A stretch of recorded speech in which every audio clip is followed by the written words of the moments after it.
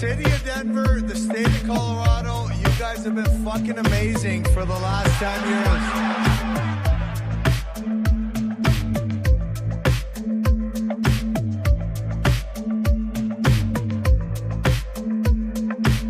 Let me start off with a Twitch feed this morning, and I got to get the whole name right. Mile High Hockey Lab.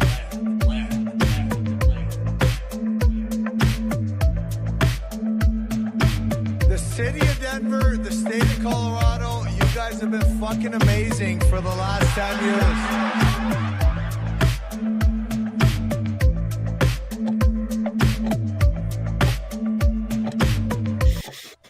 Live from Spectrum Community Services Studios in Colorado, USA. This is the Mile High Hockey Lab.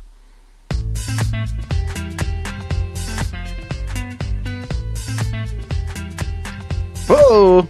Well, hello and welcome to the new and improved Mile High Hockey Lab. This is the 112th edition. I am joined by a full cast of characters as we have dropped the puck on training camp. And I don't know about you guys, but I feel like it's hockey season. We did it. We made it. Finally, we watched 2 weeks of football, 3 weeks of football, and it was brutal here in Denver. So it's nice to finally get back to watching a team that likes to win. So, folks, thank you very much for tuning into this 112th edition of the Mile High Hockey Lab. I am joined today by Ezra Parter, Brennan Vogt, Jackie Kate, and Evan Liu. We are going to talk all Avs all the time, starting with Landy landing some rights a couple nights ago. Build a opening night roster, which will be kind of fun. I went ahead and did some crafts to make that a little more fun. We'll talk about our new segment and introduce our very first player of the week. And then we will end the show with our bold predictions. So let's just get this thing rolling. Ezra, I'm going to start with you, my friend. Long time no see, first of all, and you're handsome as all get out, as usual. But tell me, hockey's back. Did you see Mr. Gabe Landeskog feeding Lipkin rights after he elbowed one young Cale Makar? Yeah, man, I watched that clip. That was intense. That was the beginning of a hockey season when you're like, hey, you know what? Actually, we're drawing a line here. You're not getting away with anything. Yes. Yeah, and tell me, is that sort of thing, because a lot of people have said this, I don't think I'm the first, that sort of thing sets the tone for the season, yeah? And kind of what teams can expect if they take runs at big name guys, anyone for that matter. Yeah, I mean, I think that's kind of the expectation for any hockey team, that if a star gets run, somebody's coming to their defense. If that's not happening, that's not a good sign. That said, the whole fighting thing, I still think is a vestigial tale that's going to disappear at some point. But for now, it is part of the game. It is part of the code of hockey players. And frankly, when you're in a preseason game or any kind of training camp situation where you've got young guys trying to make a name for themselves and maybe going out and doing something a little rougher than you would expect against a star and who would get some respect in a regular season game, that line does have to be drawn. Seeing the hit, I don't think it was necessarily intentional, but still, you make a mistake, you got to answer for it. Well, I'll try and pull up the clip itself because it's a pretty. I think you're right. Like, I don't think that Lipkin was. I think his intention was to get in Makar's way. I don't think his intention was to elbow Makar in the face, because I think he also, as you mentioned, knows how hockey works. So as soon as he elbowed Makar in the face and saw him down on the ice, I'm sure in the back of Lipkin's mind he was going, oh boy, I'm probably going to have to talk to number 92 after this, aren't I? Yeah, definitely. 92, 67, somebody. And I mean, but we saw the same with Bardakov boarding Logan Cooley, and he immediately had to answer with Lawson Krause. And it's part of it. And especially for young players, there's not going to be any, like, if somebody like Nick Foligno accidentally boards Cooley, he's probably like, hey, my bad. And people are going to be like, yeah, you're cool. You're an old man. We're not going to beat your ass. But a young player, it's going to happen. It's going to happen. Well, Brendan, I saw you kind of shaking your head no when Ezra mentioned kind of fighting, kind of becoming I guess, disappearing from the game of hockey as time wears on. You were shaking your head no. Tell me, is this the code on full display? And did you like what you saw from your captain? Oh, it's the code. Yeah. And you whether you know how to stop or not, because that was an awkward chicken wing. I'm still trying to understand. That was like a beer league stop that he did with his arm up. I just can't understand how a 6'2", NHL, AHL borderline player can stop like that with his chicken wings up like that on both sides. But it's definitely not Cale Makar's fault to skate into that. So he was going to have to pay the price, be it Keaton, be it Josh, or Landy. Landy's been itching for that though. Yeah. Because you even saw it in the first game with the Eagles that Landy was trying to pull someone's helmet off, and the officials stepped in and were like, "No, we're not going to have this tonight," and they broke that up. So Landy's been itching for a fight, and he's been wanting to get that done. And I think this was that. Okay, test my knee out, see if I can stand a fight. And that's kind of the flip side of this whole thing, because rolling into camp and stuff, we were like, are they going to be monitoring Landeskog's usage? Is he going to be missing some skates? Yada yada yada. Well, so far so good. He's been a part of informal skates. He's been a part of every training camp day. He played in a preseason game and fought someone, no less.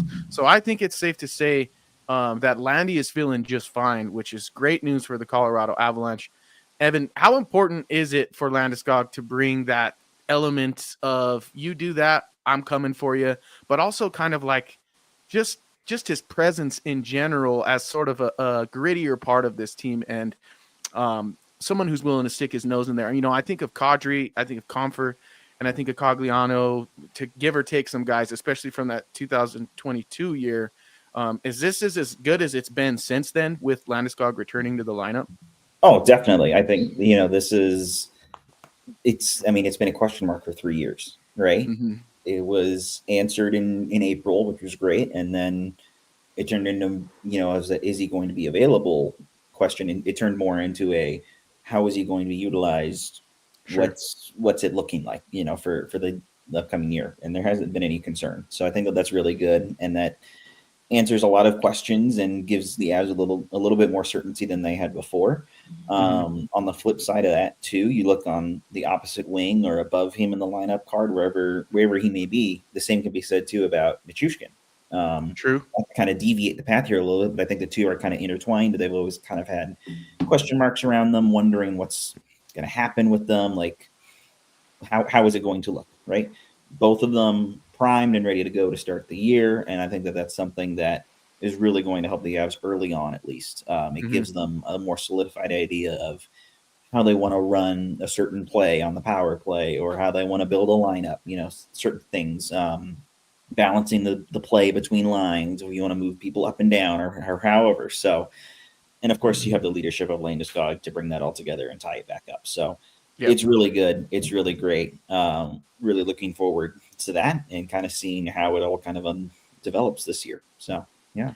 Yeah, I'm right there with you, man. Like, it's going to be so nice to bust out the 92 jerseys right off the rip. And I think, even I think it was Ross Colton said, it's just different with him here than it was. And Roscoe, he's kind of new in the sense of to this team and its success for sure.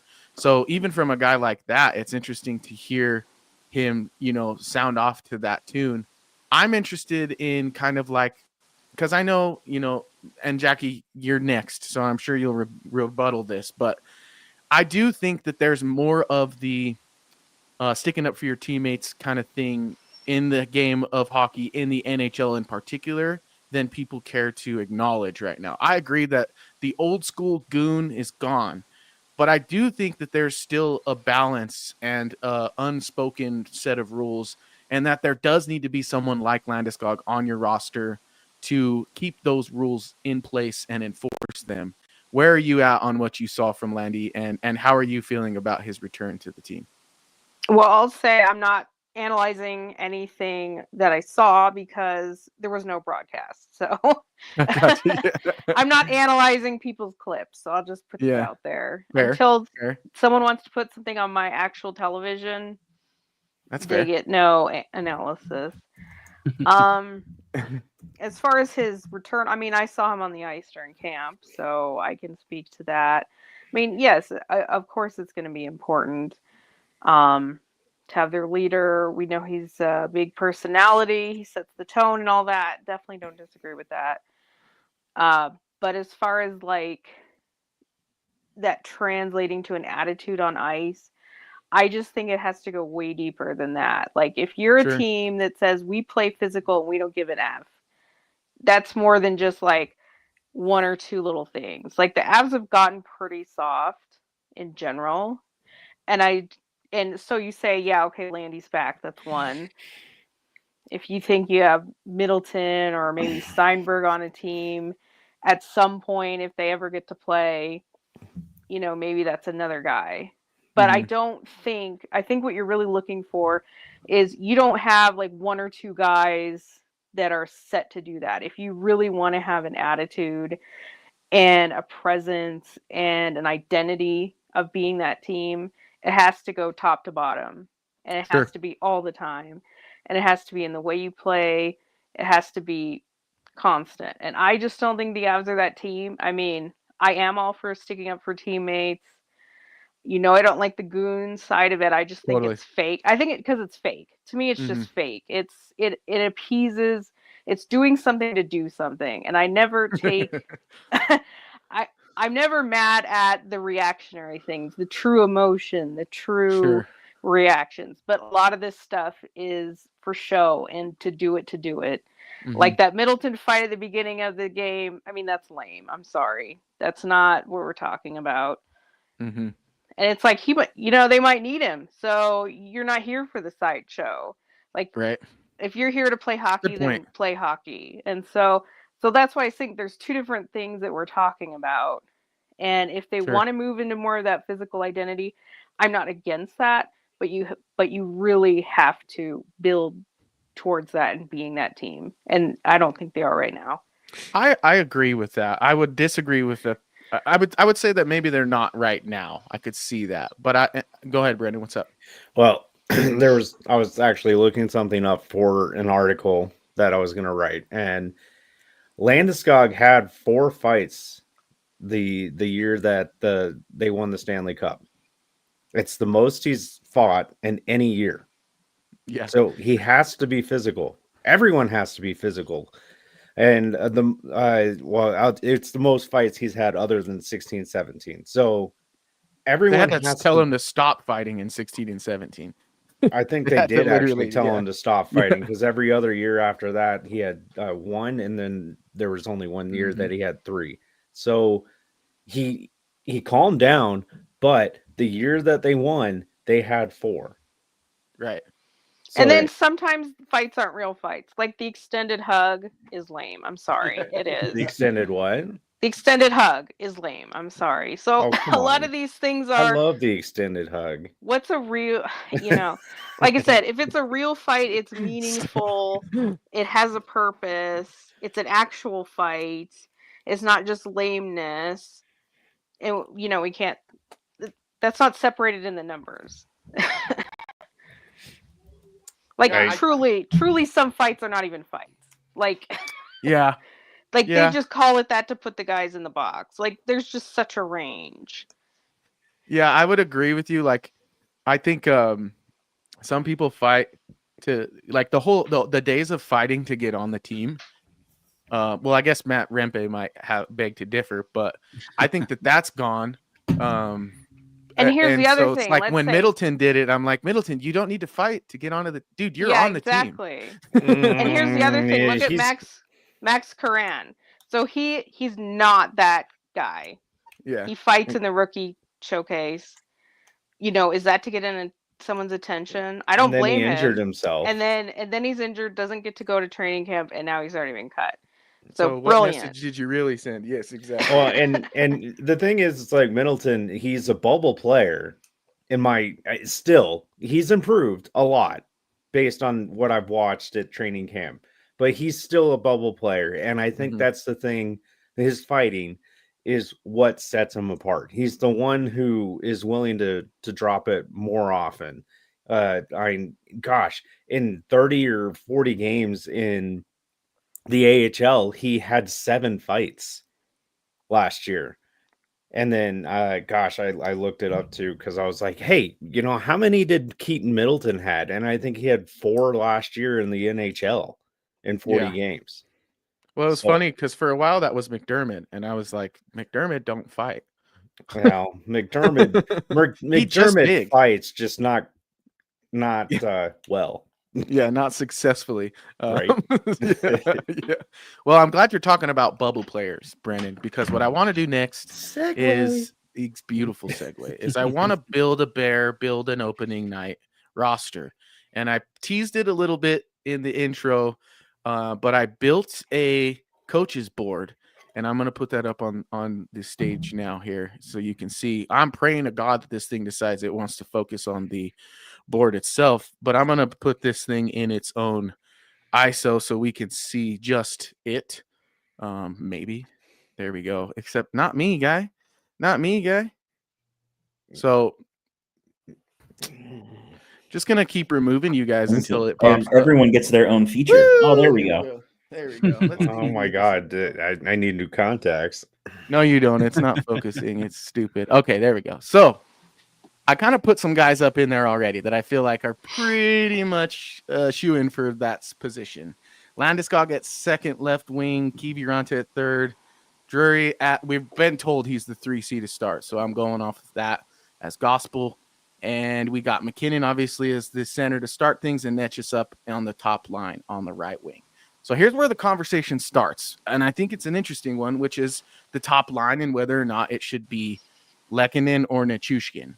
Where does everyone stand on that? I'll start with you, Jackie, since you ended the last segment. Do you want me to just talk about that or everything? I mean, let's start there and kind of go step by step to build it together, and then we'll get there inevitably. Yeah, because I don't necessarily agree with what you have there right now, but okay. Well, we could start there too. Let's start there. Okay, let's start there, and then we'll go to the Nichushkin and Lehkonen. What do I have up here that you don't agree with right now? Probably Drury 3C. I still don't think that's going to happen. So I think it's definitely up in the air. It's definitely up in the air. As far as the top line, like McKinnon and Netchus and Nichushkin had good chemistry, but then I felt like Lehkonen with Nelson and Landeskog did not. Mm-hmm. So they're going to kind of have to reconcile that. Ultimately, I think it's probably better with Lehkonen on the top line and Nichushkin with Landeskog and Nelson, because they really, really, really need to get something out of that second line. Mm-hmm. And I think Nichushkin probably fits with those two better. I don't like Lehkonen's amazing at what he does, but I don't know that he's a set and forget first line player. Like, the best thing about Lehkonen is that you can't play him all over the lineup. Mm-hmm. But is he a true set and forget first line left wing? Maybe not. But like I said, I just really didn't like Lehkonen, Landeskog, and Nelson, so I'd probably flip it. So you'd go Lehkonen top left wing, okay.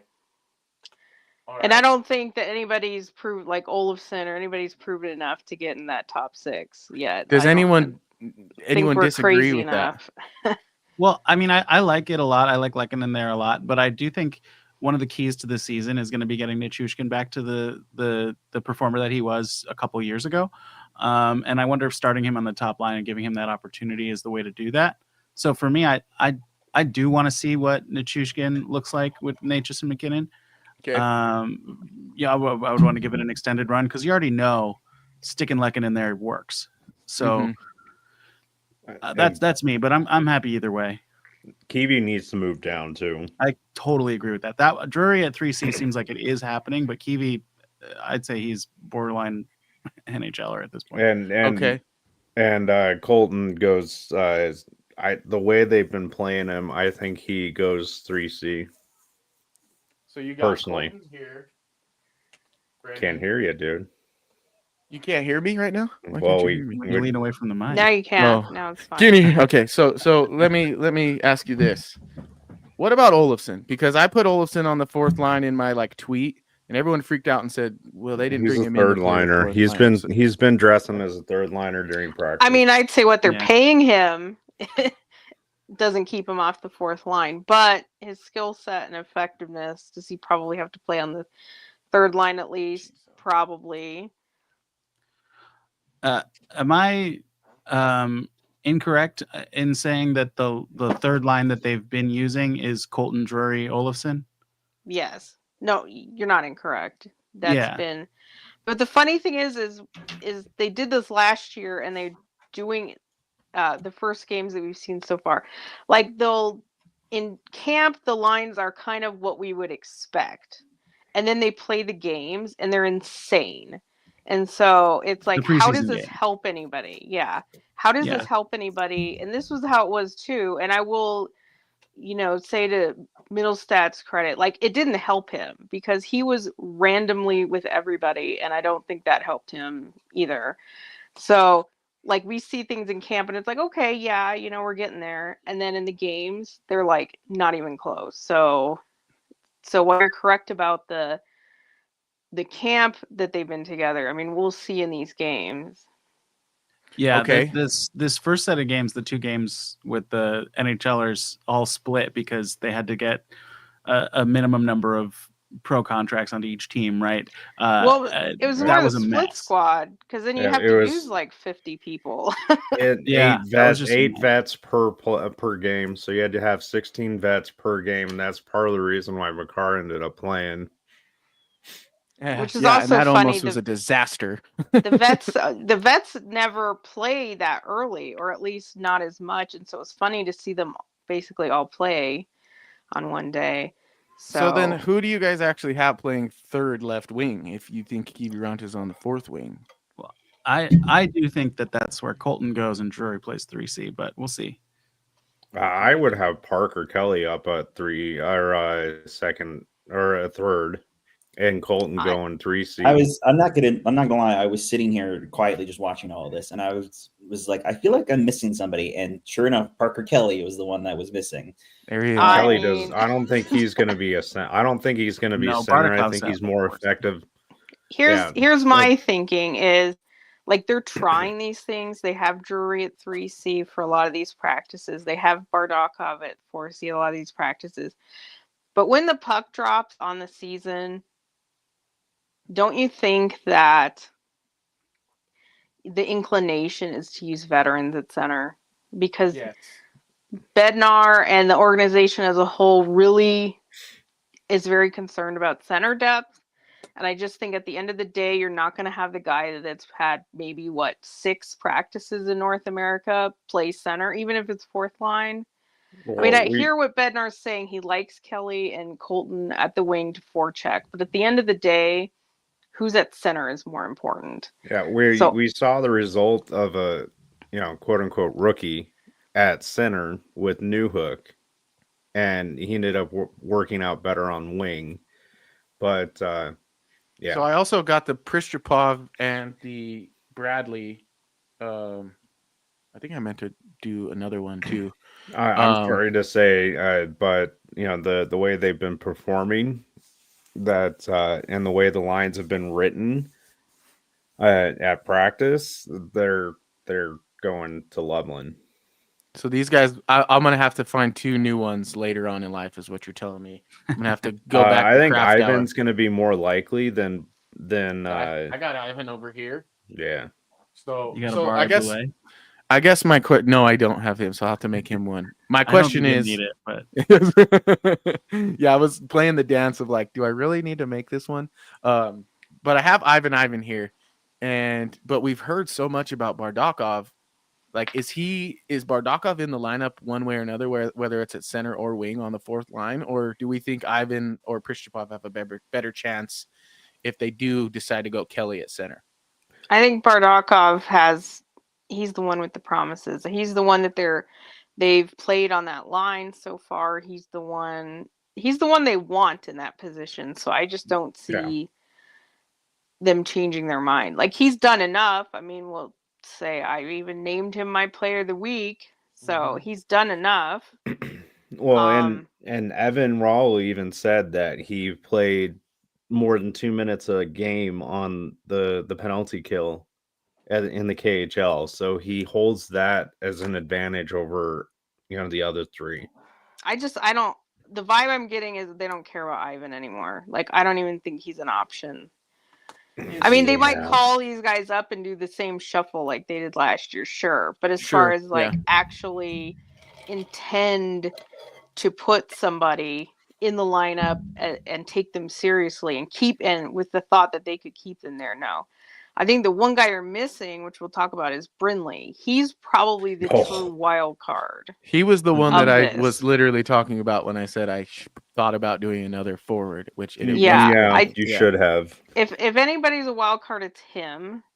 I still don't quite believe it. I mean, he did have a good game, but I really need to see that. And they did put him in the first group today and all that. But I mean, I really need to see signs that the Avs are committing. We're not there yet. But yeah, if you want to have a true wild card that could play on opening night that we're not really talking about a whole lot, it's probably him. It's Gavin, Mr. Gavin. Brindley was the fourth man on the fourth line. Gotcha. So he wasn't even getting all the reps. Sure. So when we look at this group now, do you have any problems? I was going to say, I've been quiet over here. If you mind me talking here. I want to look at the defense in particular. Obviously, McCarthy's aren't going to change. But Manson and Burns, I could see that changing. And I only say that because if I'm not mistaken, today they were having Burns running power plays. Yes. So really? So he might be the second. I could see Burns moving up with Girard and Manson going down to be fifth, sixth defender with Malinsky. I could see that. I don't know if I love that. Obviously, Brent Burns is a character, and he's very used to, running a power play and having a veteran presence. That's what he did in Carolina.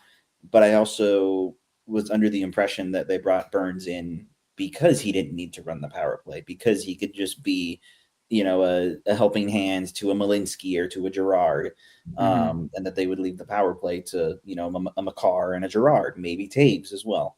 Well, so one thing is, Girard I'd like Burns up there, but I don't know. Well, Girard's, I don't necessarily disagree with you having Burns on that second pair. As far as the power play, we don't know because Girard's out, and also Taves was also doing penalty kill, so I don't know that the organization is ready to boot Taves off of power play too. Now, they like to run 2D sometimes on that. I think, it's probably all in the mix, but it's a little hard to tell from today because you need to have penalty killers against the power play. So there's only so much you can do. So let's talk about 7D real quick just to get him up there. It's probably this guy, yeah? Yeah, Middleton's going to be the top one. And then I do recall seeing yesterday that Amat and Ashan are very high favorites for. Like the Ashan thing, I think is insane. Like, there's just no way. Amat, I could see. I mean, the whole they did amazing in game 81 and 82 that didn't even matter. Yeah, against the Kings and the Ducks, but their overall performance with the Eagles is, and Ashan plays 23 minutes a night. He plays on both penalty kill and power 5'6". Yeah, he doesn't have an NHL body. Unfortunately. Hey, watch it over there. Well, he plays a lot like Rocco Grimaldi. He's 5'8". That's a good example of a guy who made the NHL. Yeah, and lasted for he Grimaldi was in the NHL for a while with a small body. That's and gosh, I mean, Sean's shorter than me, and I can tell you that from experience because I saw him in the hallway all the time. We were always talking, but and he's only 185 pounds or something. He's a heavy, small guy. Mm-hmm. But that's great how to play his body. That he does well for the Eagles. That's not in question here. Yeah, he plays a big role for the Eagles. But Bednar's shouting him out. I mean, let's be real here. And it took them years to even give him a game, first of all. What do you think is up with Bednar giving shout outs to guys probably not going to play. Well, sometimes you have to you have to listen to it because I'd say half the time they're leading questions. So he's not even bringing them up because like he feels like it. He's answering a question and then people run with the quote like, "Oh, Bednar shouted out so and so." That's like so misleading. But I think they were asking him like who did they like out of the depth. So I mean, I think he did bring the name up himself, but like he is not in the running. If we were gonna pick out like a random, I think Attard looks more like a guy that they would try to use. But the other thing is he's right-handed, and we have plenty of those right now. I was gonna say, correct me if I'm wrong. Malinsky is a right-handed defender, yeah. So he would, in any other sense, probably be the third right defender. But then they also brought in Brett Burns. Scratch my head. So well, this is also why my question is, how real is this? How temporary is it? How many changes are they going to make even before opening night or even before Thanksgiving or Christmas? Like, you know, we're looking at all these names, like really dialing it down, and it's just going to be hilarious when they just throw like just all these changes and it's not even like the same at all. When like 4 of the guys up here are not here, yeah, is what you're saying. When I got to remake even more of them, is what you're saying. I was gonna say, speaking of guys missing, the one cog that's missing here that obviously will come back into the lineup when he's back is Logan O'Connor. Yes. And so he'll obviously slot in there. So then who's the odd man out here? I feel like it's pretty easily Bardakov. Yeah, because they're not going to waive the other guys. But the thing is, like, knock on wood, but let's be real. There's going to be someone else missing by then. Yeah. Yes. Yeah, injuries always happen. I mean, I think, if Bardakov really nails down a center job, he might be able to stick over a Kiwi, but we'll see. But would they really waive him? Or, like, they don't have to waive him necessarily, right? Because they're carrying 7D. They could carry. They don't like to carry extras. Forward. I know they could carry 13th forward, but they really prefer not to. Yeah, I know that they don't want to waive those other guys. So that's a problem to solve later. They probably won't have to waive anyone. This is also probably just a personal preference for me, but I would probably put Prishapov in over Bardakov, at least right now. I would too. Obviously, you know, you're lacking center depth. Of course, I don't love Kelly there at 4C. So like I said, I understand having either Drury go down to 4C, move Colton across to 3C, and then have probably Kiviranta move up, and then put Kelly left wing, Bardakov in the center, and then Prishapov up on the right, I guess, and scratch Kelly, or you could scratch Kelly or Kiviranta. I don't really know how that would all work, but I like Prishapov. I think he's been impressive, and he's made kind of an impact as a 7th round draft pick, you know, from a year or two ago. So, and you know, as this is going to sound kind of tacky, but he has the quote unquote veteran leadership over Bardakov because he just has, you know, however X many games that he's played as an AV over Bardakov, at least by now. Bardakov is also waiver exempt as well as Prishapov, so they could you know, well, with their new rule too, you can't send anyone down until they play an AHL game. If you wanted to, you could really kind of like flip them, depending on how insane they go with the trying to bank cap space, which is a little different with the rules now. But yeah, because there's about a $60,000 difference between the two, but they both shoot left. So, but there's more days off early in the season, and I think the Avs, at least early in the season, like to do that. They don't like to just have extra players sitting on the payroll during off days. Sure. So, well, I'm gonna do some.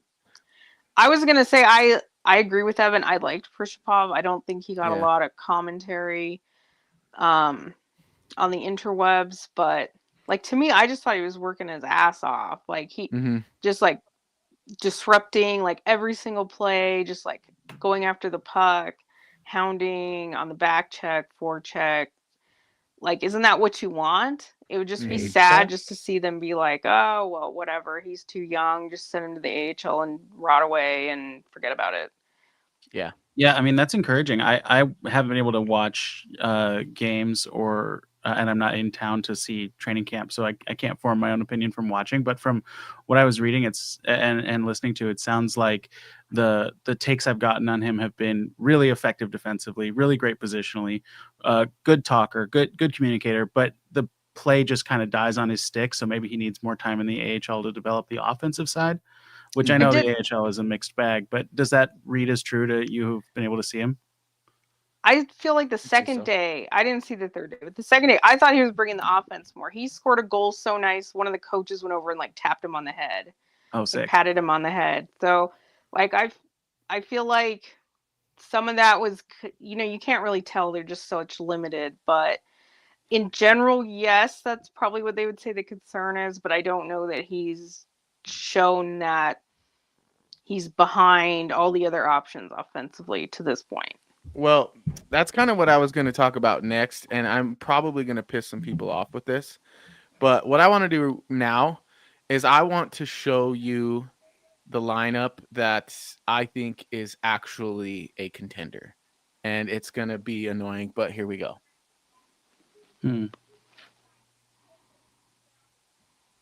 Well, it's not a contender because Brad Marchand isn't in it. There, it's first one of the year. Oh boy. What do you mean by content? Oh, you mean okay? You're gonna bring in guys who aren't on the team. Okay, got it. That would make sense. Okay, where's your Crosby sticker? Let's see it. That's crazy. I would say for me, I see where you're going. I don't know that Colton has to be on the third.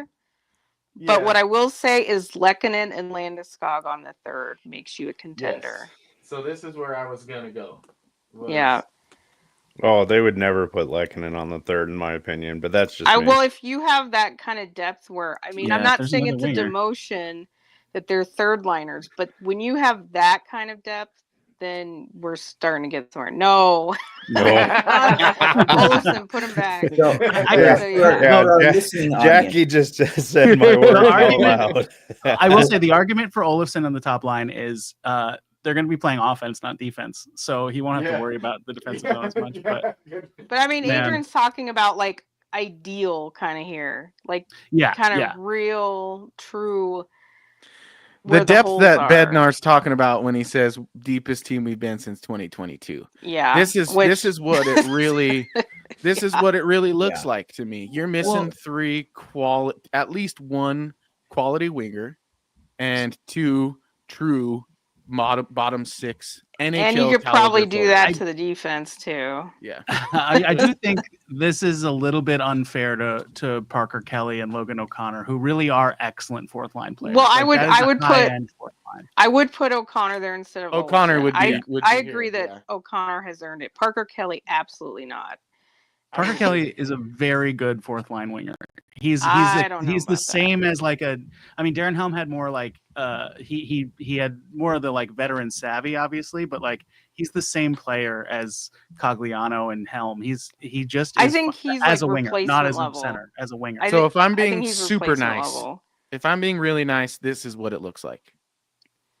I think you could get away with this. He has to be a winger, Kelly. So for our listening audience, just because I want to say it for those that aren't watching live or watching back, this is what Ado has. He has blank first line left winger, which I assume is for Sidney Crosby in an ideal world. Brad Marchand. If you have Crosby, you boot Nelson down. That's the other thing. If you want to be talking real, you have Nelson on the third line. That's fair. That's fair. So then maybe the second line here for Ado is Landeskog, empty, aka Crosby or somebody else or whoever. I think the first line looks Nelson, like Lehkonen, Kelly, Drury, and Olofsson. McKinnon, Crosby.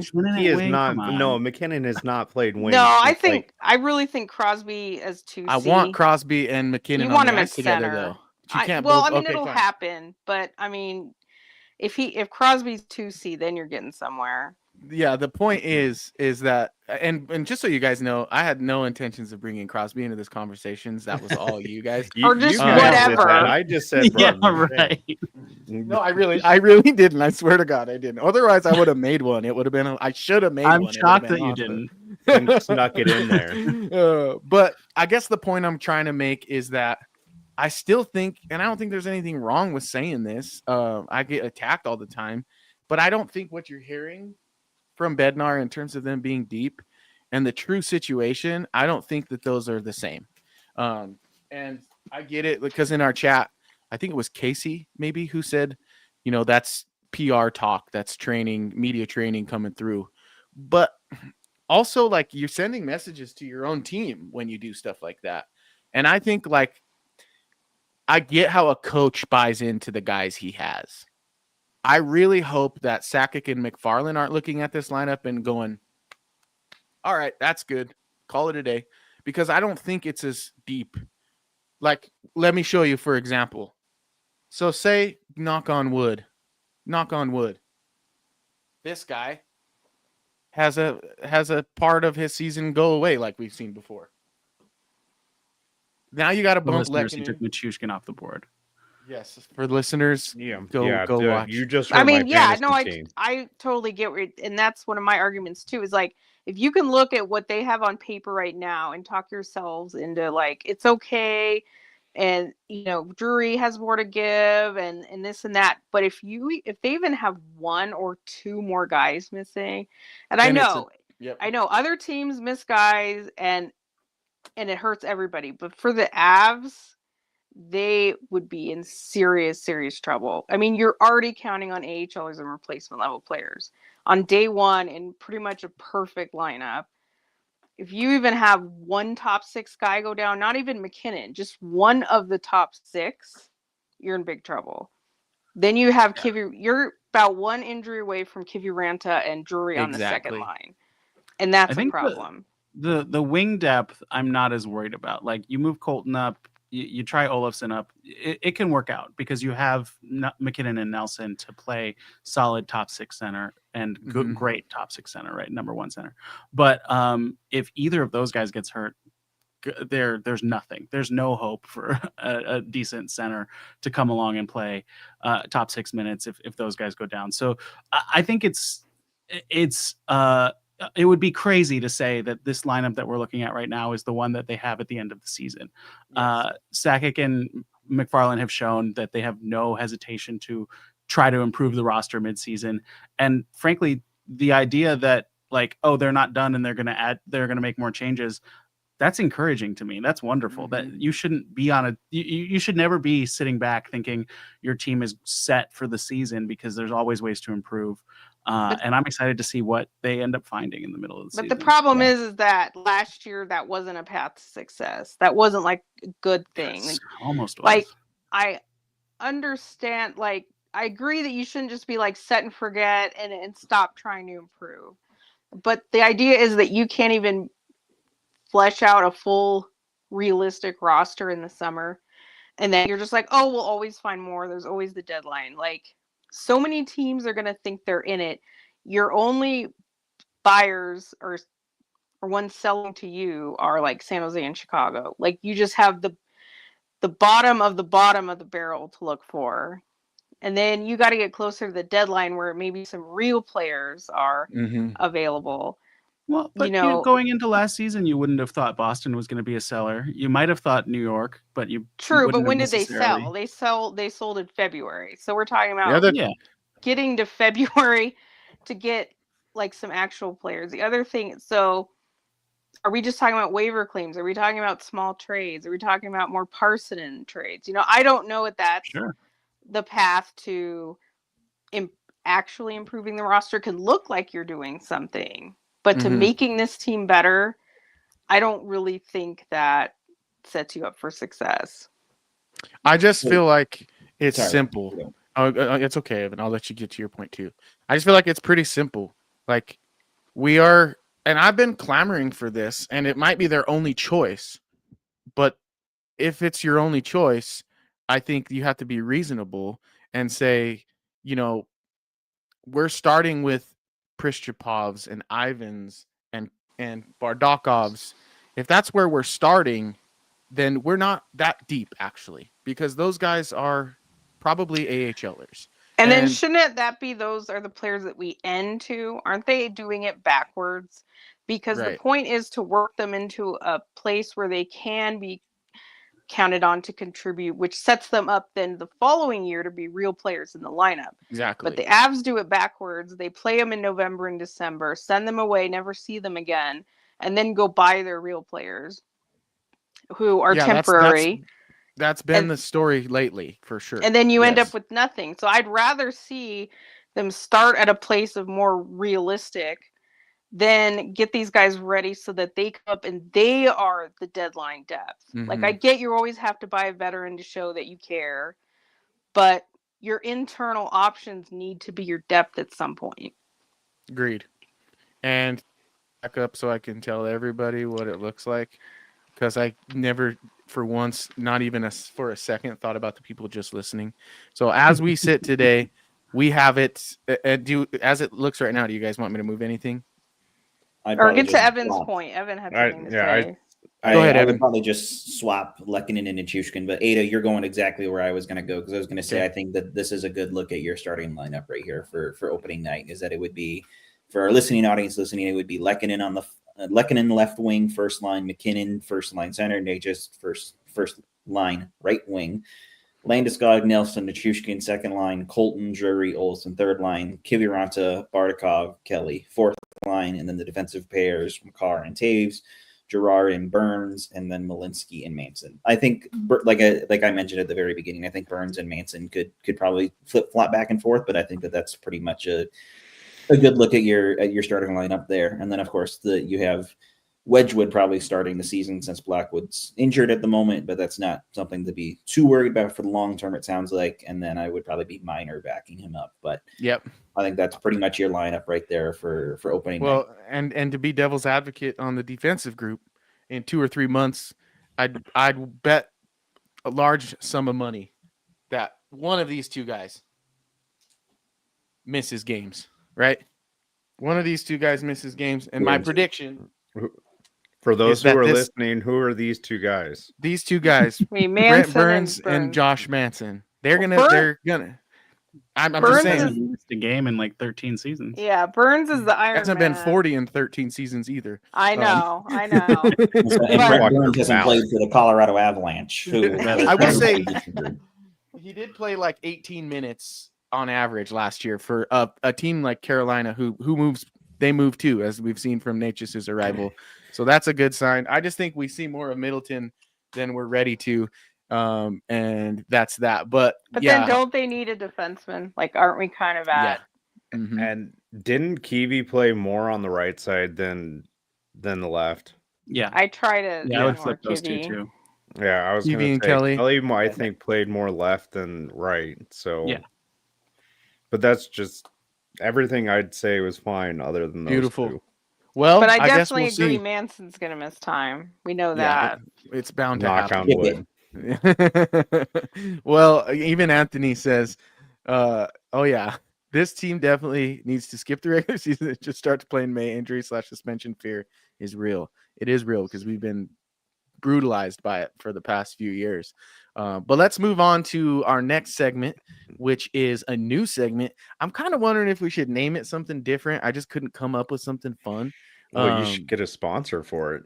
There you go. Well, we do have a sponsor for our docket, which is Spectrum Community Services, same one that does our studio, which is where I'm sitting, and none of you guys are. So hope you enjoy that.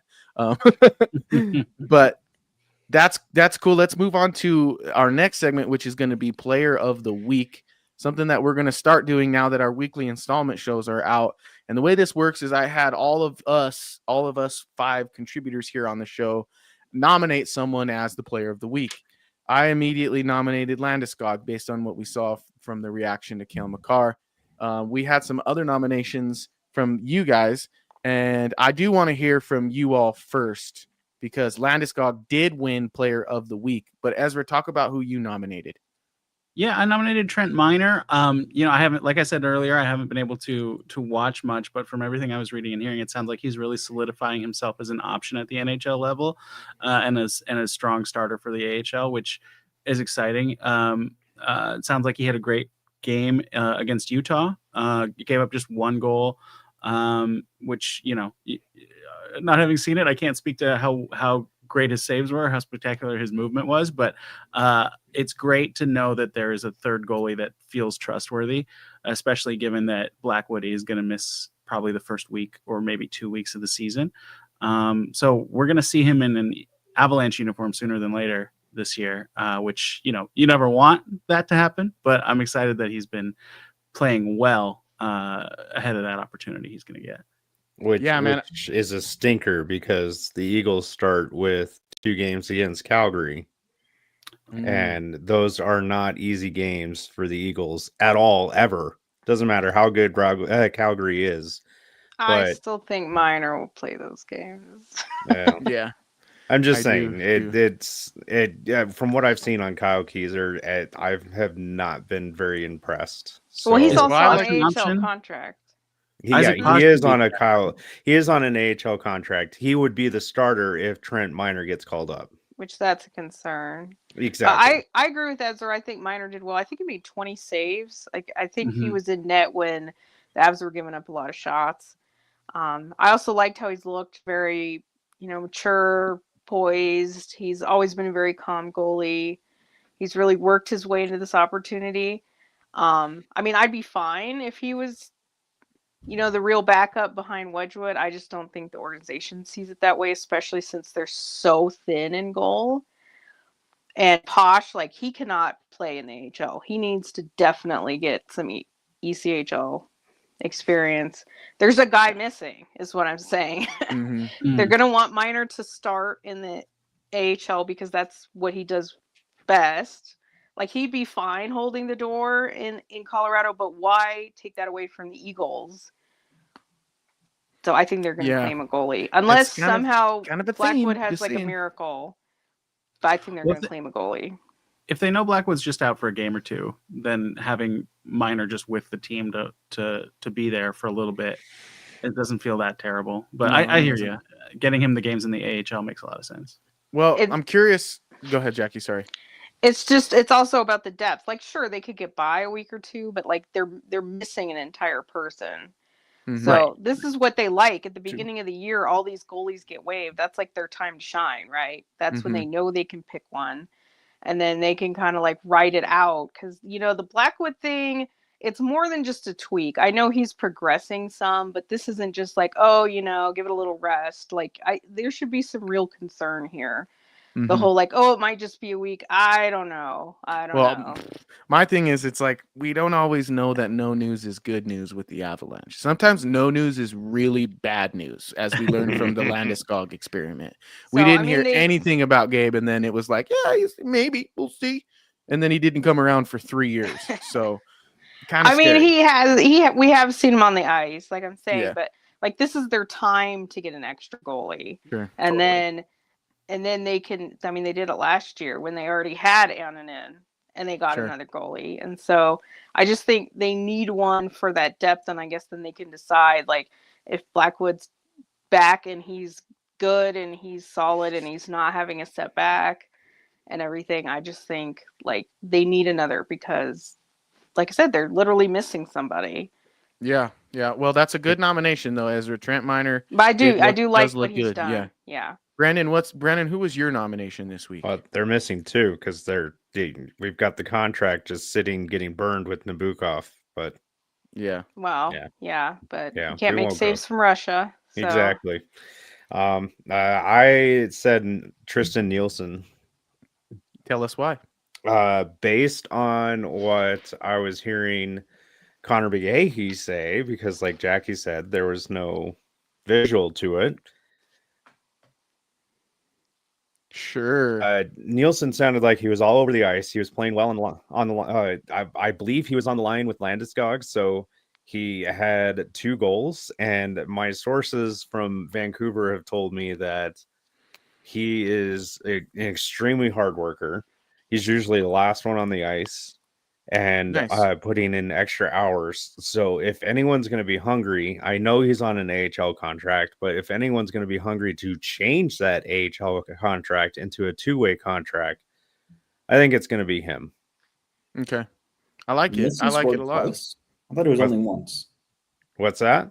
I thought Nielsen only scored once. He was the second and second to last goal. We were like 5 minutes left. You're right. Yeah, he was the last goal in the second, which was only assisted by Landy, and then he was the only goal in the third assisted by Nuchushkin and Tace. I forgot about that one in the third period, and I covered that game. Go me. Get used to that. Do I need to double check your article? I think there's no visuals. Those games aren't real anyway. Well, we've watched so much hockey over the last few years. Like, you got to clear out the cupboard a little bit on the back end, Evan, and make more room for more hockey. It's harder too when you live 1,500 miles away. Yeah, that doesn't help at all. On too. So there's that doesn't help. And with school and work. So who did you nominate, Evan? So this guy I know scored 2 goals because that's the reason why I picked him as my player of the week, and that is Gavin Brindley. He obviously was good in that first game. At least it sounded like anyway over the radio. And I think it's very encouraging, like we've already kind of touched on, that he is now getting time with the NHL regulars in the group practices like today. So he's kind of, at least in the time being anyway, that 13th forward. And you know, we kind of don't really know what to expect from him. He's only played 1 game in the NHL, and it was a nothing game with Columbus, right?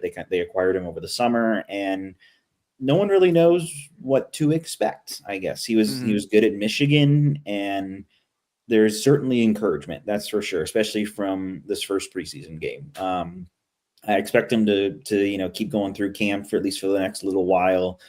Whether or not he makes a team, I don't know. I think that's another question, but I mean, with Logan O'Connor out for at least a month to start the year, I think there is at least an opportunity for him to maybe get some game time for sure.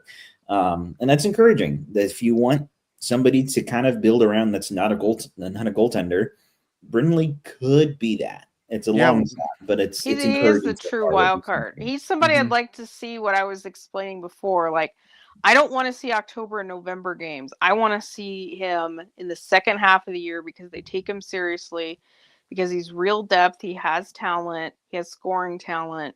And he's somebody that you're bringing up at the end of the year because he's good depth and because he's ready to be in the NHL. So if there's ever a test to see, can the Avs figure it out? Because, I mean, they have reason to, because they don't have a talent like him, and he literally is what they have left from Byram. So they kind of do need to do something with this asset, do something with this player, and get him into the NHL lineup, because you can't just throw more away. And so you gotta at least they look are like you got NHL ready prospects. What? Not like you have any. I said you got to at least look like you think you got some. You know what I mean? So he's the one. There's a little bit more organizational urgency is what I'm saying. You know, he's a fresh asset. There's a reason why they probably need to get him in the lineup. So let's do it. I want to see it. I want to see it happen. I want to see it happen for real. So if he's not in the opening night lineup, I don't think it's that big of a deal, because we know like Bardakov's probably the most likely. But take the guy seriously, give him a big role in the AHL, get him ready to be an NHL player. That would be a good first step. I'm gonna put myself in the sin bin because I spelled his name wrong. There's an A in there. It just sounds like there's an O though, guys. Come on, help me out here. It's Bardakov. That's how I'm gonna start calling him. I think Prishipov's wrong too. Oh man, I put the H before the C. Just call him Prishy. That's what he prefers. There's like 7,000 consonants in Krishipov's name. Cut me some slack, all right? God, he literally told me, he's like, I like Prishy. That's Prishy, fine. I like Prishy too. Right. Me too, brother. Good old hockey nicknames. Yeah, right. All right, Jackie, who'd you nominate this week? Bardakov. I think we pretty much already covered it. Like, I think I wouldn't say he's been like mind blowing or anything, but I think he's done what he needs. If he's being afforded the opportunity, I think he's done what he needs to do to keep it. I almost wanted to say Prishapov, but personally, he's probably my personal favorite of the group, and what he's done over the last week, I just don't see the Avs doing anything about it. So I was torn, but Bardakov is my official choice. Beautiful, beautiful. I honestly didn't see him coming at all. So it would be nice if that is an element to this Avalanche team where some guy that I didn't even see on the horizon steps into that fourth line role and becomes impactful. Because funny enough, we have heard people describe We've been talking about it for so long. Yeah. I was gonna say. I don't know how, but it skipped we've been talking about him in the build up to this season, but before that, not so much. And that's kind of where it's I guess maybe Cal Ritchie stole all the headlines earlier on last year. Well, he wasn't here, so they probably wasn't. And he rocks the Ovi shield. Then he's come out of nowhere in the sense that he wasn't here last year. So that's kind of what I mean in the sense we didn't really know that he was going to be kind of somebody on the horizon of being in the opening night lineup. That's for sure. I think if I would have asked you at the end of last season when the playoffs ended, hey, how do you feel about Bardakov being in the opening night lineup next week? All of us would have probably went, well, that might not be a great thing because that probably doesn't mean they're very deep. So, well, yeah, I would have said that, but yeah. I don't know. I felt like when they traded for him, he had the profile of somebody that they were going to sign and bring over. If you don't believe me, I believe I wrote about him in our top 25 under 25 last year. Yeah, you did. So if there might be some receipts in there. Well, where was he? Let's definitely. That McDermott trade now looks pretty good now too. Yeah, it was good the minute they made it, right? Yeah. I like Dermy, awesome. But for not reasons of playing on the ice. So. You like him as a person. Yes. He was a hard worker. So he was number 11. All the guys like that always seem like the best guys. Well, he I think he knew that he needed to improve and he was always working at it. So he was always there 45 minutes before every player on the ice trying to do drills, and he was always there half an hour even after Nathan McKinnon. Well, I will say I think it was unfair that they just decided he could be a forward. You can't just take your least talented player and say, hey, do something different you've done your entire career. Well, John Scott did the same thing. It was more that he just couldn't be a defenseman. I'm just saying, I think it's a bit unfair to tell these guys well, we want you in the lineup, but you're just going to be a forward now. That's not his fault. It's not his fault that he is not a forward, and make him play that at the NHL level. Speaking of defenders playing forwards, the other Evan Rowell has been noting that Mikhail Gulyayev has been playing forward in the KHL instead of defense. So I will say he's getting the "we know you're leaving" treatment. This is pretty common. If they know younger play, like a guy like Bardakov, and Kovalenko, they were more established, so you couldn't really bury them. But the younger guys definitely get the "we know you're leaving" treatment. Yeah. That seems realistic. To my credit on the Bardakov thing, he was the 23rd ranked top 25 under 25 last year. So although that's on the radar, it's definitely not in the center of the radar. And somebody, I would be hard pressed to believe that there's ever been anyone else that's gone from 23 to 11 to on the opening night roster in a year. Prishapov would be very close. He wasn't even ranked last year. LOC, I don't know. We always loved Logan. But I rest my case. All of this to say that Gabriel Landeskog is obviously the player of the week, especially when you put him in a poll next to those people. I think it's fine. Yeah, I don't disagree with that. But Gabriel Landeskog didn't have 2 goals like Brenly and Nielsen. So yeah. But I bet you he has 2 more in the actual regular season than those guys do, at least. It's harder for us to remember because we actually didn't watch the game because there was nothing to watch. Did Utah have a broadcast for him? I think they on did, their app. The second game on their app, which I draw the line. I'm not downloading no app to watch a game. Sorry. Yeah. But it was just the display from their the Jumbotron. Oh, That's so still better than nothing. Yeah. True. Well, But I draw the line. I can't believe it's 2025 and not every single one of They these just is don't broadcast. care. The only reason why the rookie showcases are streamed is because the NHL makes them. Like the NHL standardized it. It's the only reason. So I will take a Jumbotron stream over nothing. Yeah. Because that's what I watch with the AHL is literally the Jumbotron stream. I mean, it's okay. The AHL's fine. Yeah. Oh yeah, their but feed's that's fine. exactly what I watch for 72 games out of the year, or 36 when they're on the road actually. And then Kevin McGlue on the air. So you know what? I can mind a few preseason games of the NHL doing that. Yeah. Fine. And that's fine as long as you give me a link to click and I can watch it. Exactly. Any more effort than that, I'm not doing that for the Jumbotron. All right. Well, I will do that. Let's really quickly do our bold predictions because I've already taken you guys over time, and I don't want to go too crazy with it. So before I run the music and before we give ours this week, I do want to rehash some of the ones we've had in the past, which is, Evan, you said that Eric Johnson would sign a PTO. You didn't say whether or not it'd be in Colorado. You were hoping it'd be in Colorado. I did say it was in Colorado. Did he sign a PTO with Napa? California? That is wrong. I see what you did there because he's drinking wine on the plane, sipping champagne on the airplane, and Tyson Berry's beer. Yeah, he's just enjoying, retired life. So Evan, you don't get a point to start the season, and I'm deleting that one. Jackie, you said that Malinsky would get a 5-year extension or be traded with Natchez, and you gave yourself until training camp, and that's fine. I'll say, they're not going to do that. And the extension part was always a joke. Like, I'm not that stupid. I don't want anyone listening thinking I'm that stupid.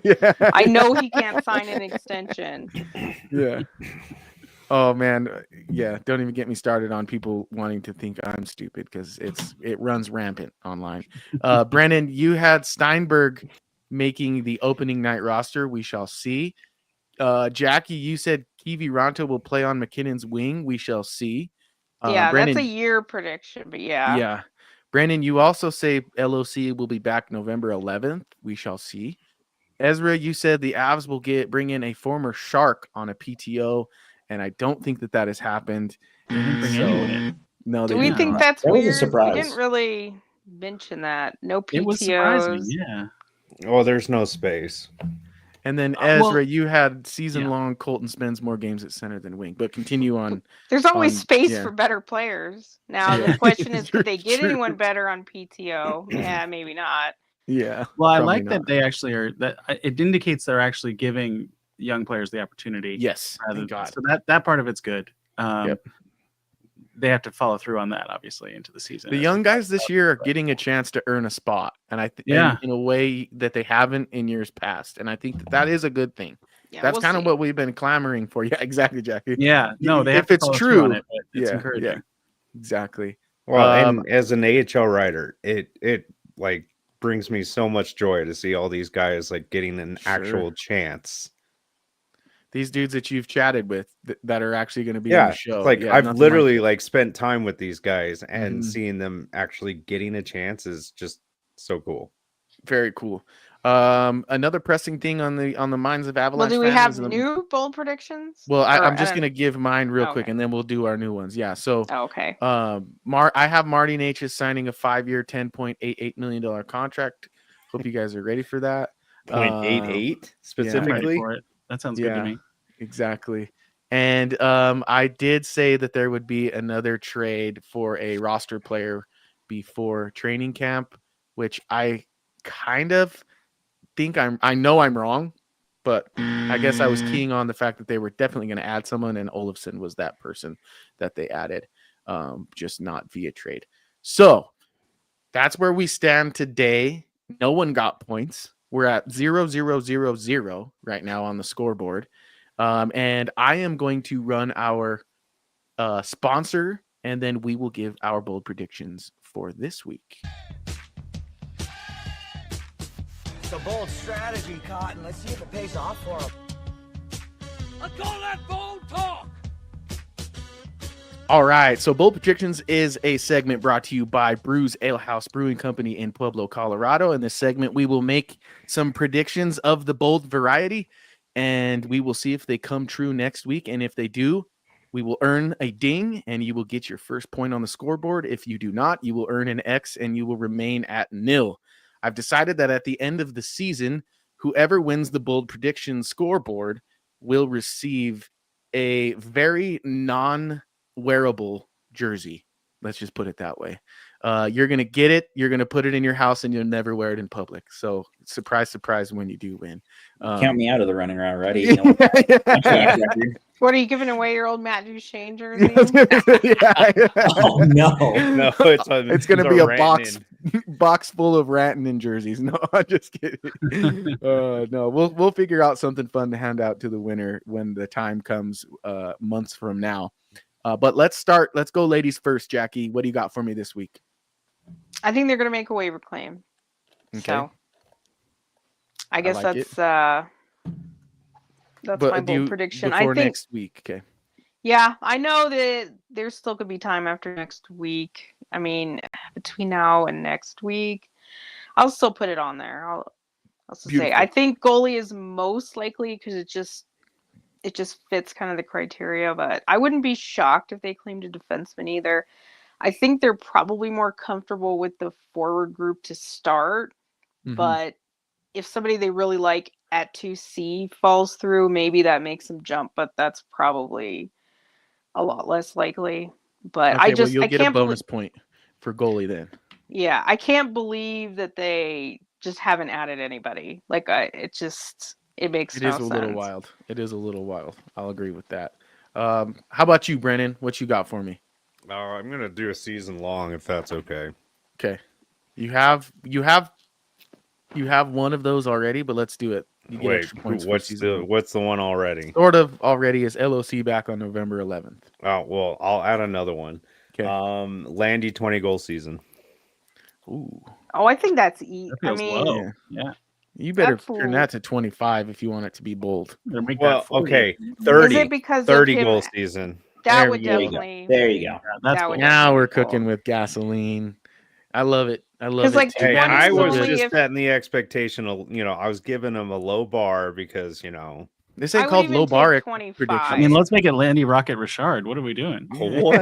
Yeah. But I think he scored 20 goals every single season of his career.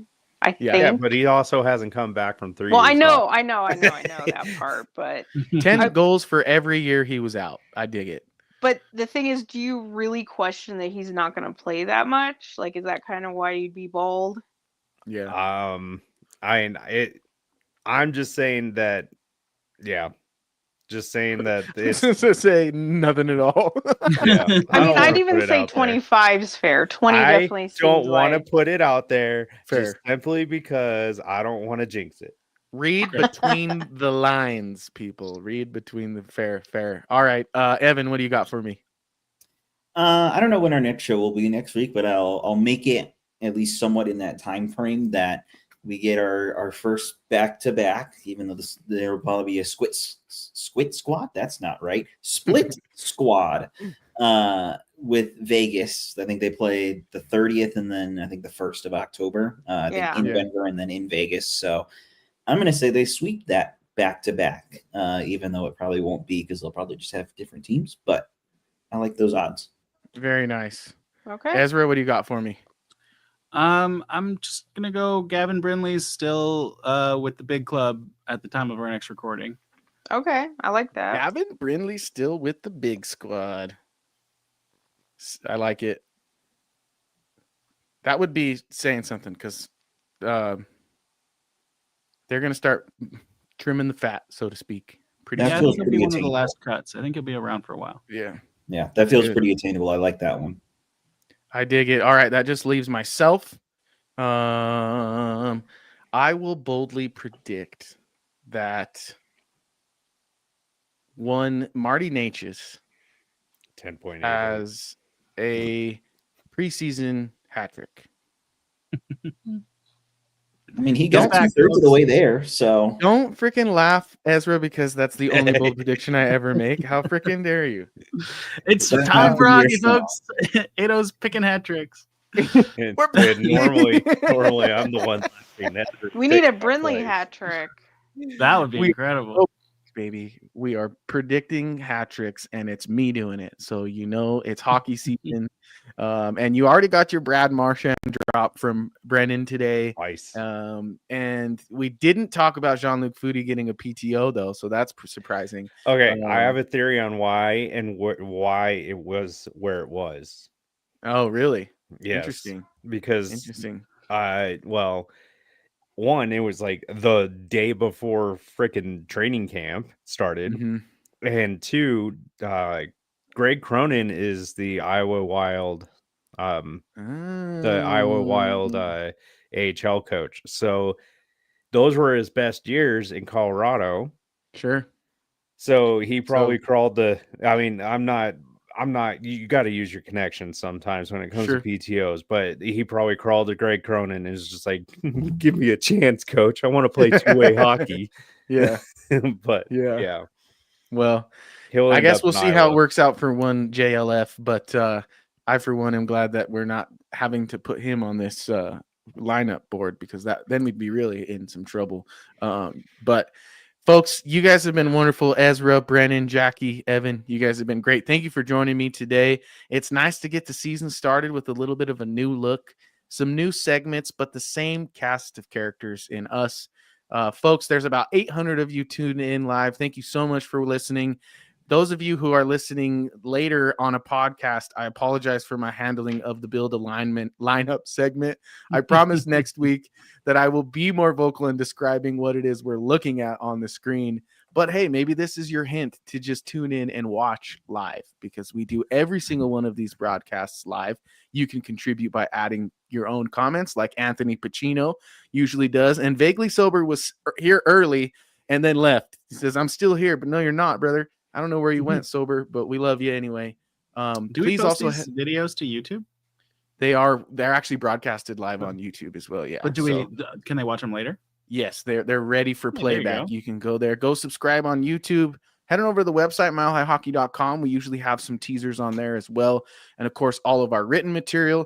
You can see written material from Brennan Vogt and Evan Liu on Hockey Mountain High as well. And please be sure to give all 5 of us a follow on your preferred social media platform. It goes a long way to us getting out what we're working on over here at Mile High Hockey and beyond. So, folks, on behalf of my esteemed colleagues, Ezra, Brennan, Jackie, and Evan, my name is Adrian Hernandez. And until next time, I hope you have a wonderful evening, and go Colorado Avalanche. Thank you for tuning into the Mile High Hockey Lab.